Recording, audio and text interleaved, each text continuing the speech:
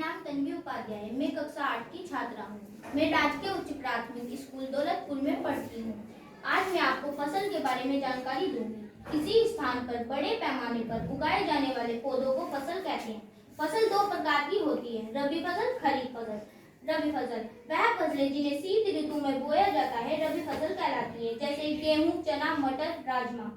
खरीफ फसल वह फसलें जिन्हें वर्षा ऋतु में बोया जाता है उसे खरीफ फसल कहते हैं, जैसे धान, मक्का, कपास, सोयाबीन। यहाँ पर आपको रबी फसल दिखेगी, जैसे गेहूं, सरसों, मेथी, चना, मटर।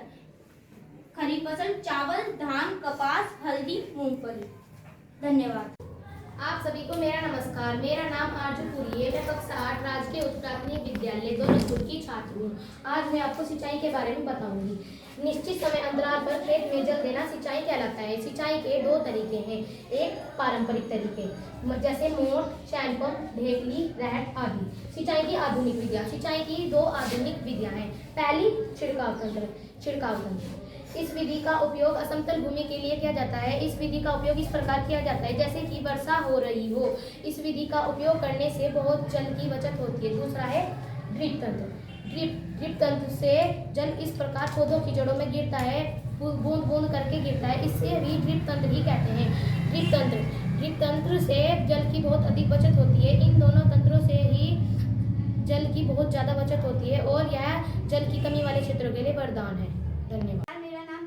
मैं कक्षा 8 में पढ़ती हूँ। मैं राजकीय प्राथमिक विद्यालय दौलतपुर की छात्रा हूँ। मैं आज आपको सिंचाई के बारे में जानकारी दूंगी। सिंचाई निश्चित अंतराल खेत में जल देना सिंचाई कहलाता है। सिंचाई की दो पारंपरिक विधियाएं मोट तथा रहट। मोट जमीन में पर्याप्त मात्रा में जल देना मोट कहलाता है। यह कृत्रिम तरीकों से जमीन पे पानी देने की प्रक्रिया करता है। नंबर 2 रहट कुएं से पानी निकालने में इस्तेमाल किए जाने वाला पारंपरिक औजार है। यह लोहे का बना होता है। वह या ईंधन व लकड़ी द्वारा चलाया जा सकता है। सिंचाई की दो आधुनिक विधियां ड्रिप तंत्र तथा छिड़काव तंत्र। ड्रिप तंत्र में इसमें जल बूंद बूंद कर पौधों की जड़ों में जाता है, जिसे ड्रिप तंत्र कहते हैं। छिड़काव तंत्र इसमें जल पौधों की जड़ों में ऐसे गिरता है जैसे वर्षा हो रही है, जिसे छिड़काव तंत्र कहते हैं। धन्यवाद। मेरा नाम अपेक्षा गिरी है। मैं कक्षा 8 की विद्यार्थी हूँ। मैं राजकीय उच्च प्राथमिक विद्यालय दौलतपुर में पढ़ती हूँ। मैं आज आपको कृषि औजार के बारे में जानकारी देना चाहूंगी।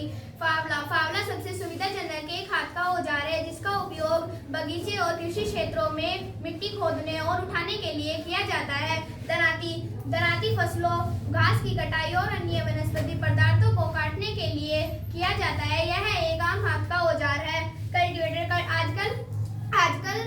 आजकल जुताई के लिए ट्रैक्टर द्वारा संचालित कल्टीवेटर से किया जाता है। कल्टीवेटर के उपयोग में श्रम और समय दोनों की बचत होती है। सीडिल आजकल बुआई के लिए